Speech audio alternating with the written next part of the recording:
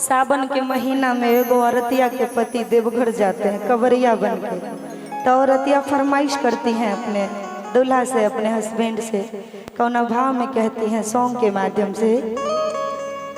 ओहो कि अरे देवघर के पेरा बड़ा नामी हो, सैया किन के ले अइहा। ये अरे देवघर के पेरा बड़ा नामी हो, राजा किन के ले अइहा। कि किन के ले अइहा, प्रसादी चढ़इहा। अरे किन के ले अइहा हो, प्रसादी चढ़इहा। और कि अरे देवघर के हो, देवघर के पेरा बड़ा नामी हो, राजा किन के ले अइहा।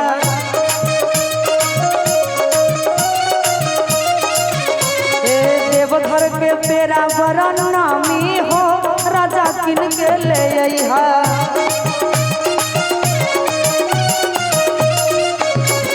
किन के ले अइहा, प्रसादी चढ़इहा। किन के ले अइहा, प्रसादी चढ़इहा।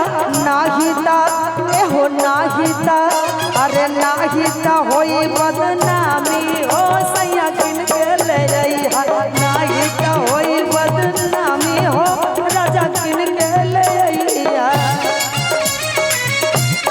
जय हो, क्या बात।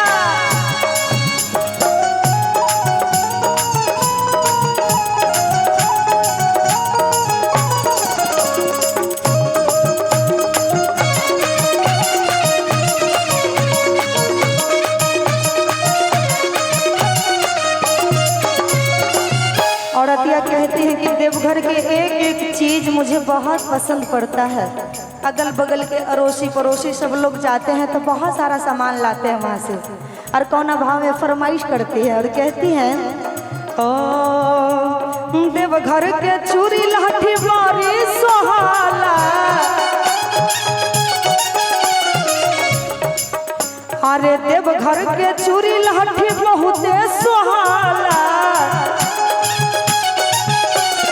लाल पियर किन लिहा मोतिया के माला।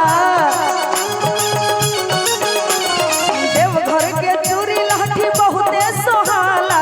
लाल पियर किन लिहा मोतिया के माला।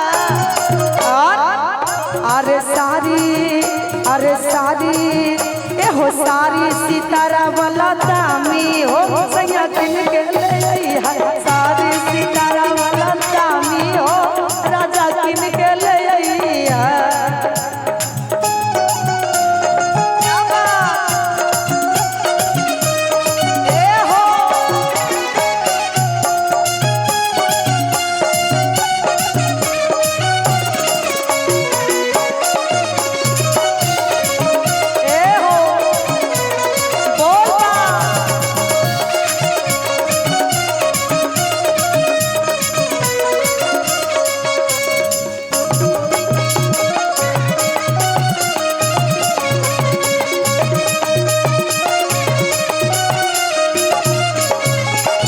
औरतिया कहती है कौन भाव में कि हमरे लिए जब चूड़ी लहठी लाइएगा तो घर में दो बबुआ है, देखेगा तो बहुत रोएगा और कहेगा कि मम्मी आपके लिए इतना सारा सामान लाए हैं पापा देवघर से, तो मेरे लिए क्या लाए।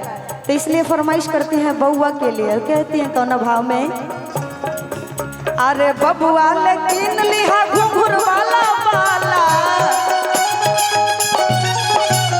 नाही तरोई कर लगी राजा हाला।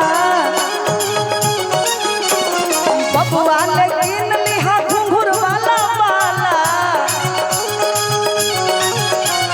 नाही तरोई कर लगी खूबे हाला।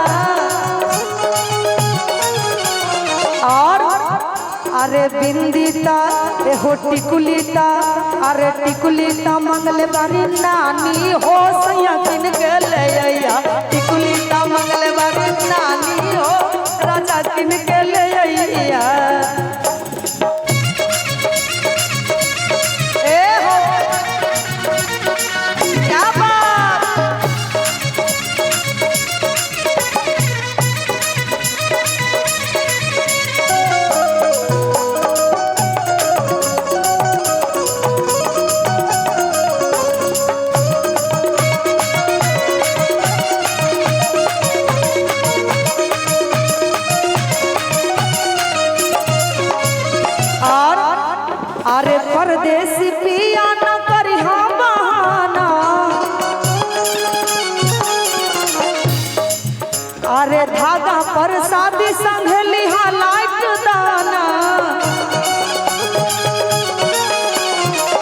राजा से धागा प्रसादी वहाँ के बहुत नामे है। लाइट दाना का मतलब समझते हैं ना, प्रसादी का ही एक लाइट दाना नाम है इसलिए।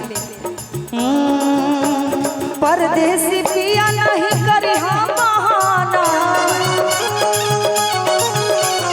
धागा संग कीन लिहा राजा लाइट दाना। और अरे नाहिता नाहिता नाहिता होई बदनामी हो राजा किन के ले आइया। नाहिता होई नाहिता होई बदनामी हो राजा किन के ले आइया। अरे देवघर के पेरा बड़ा नामी हो सैया किन के ले आइया।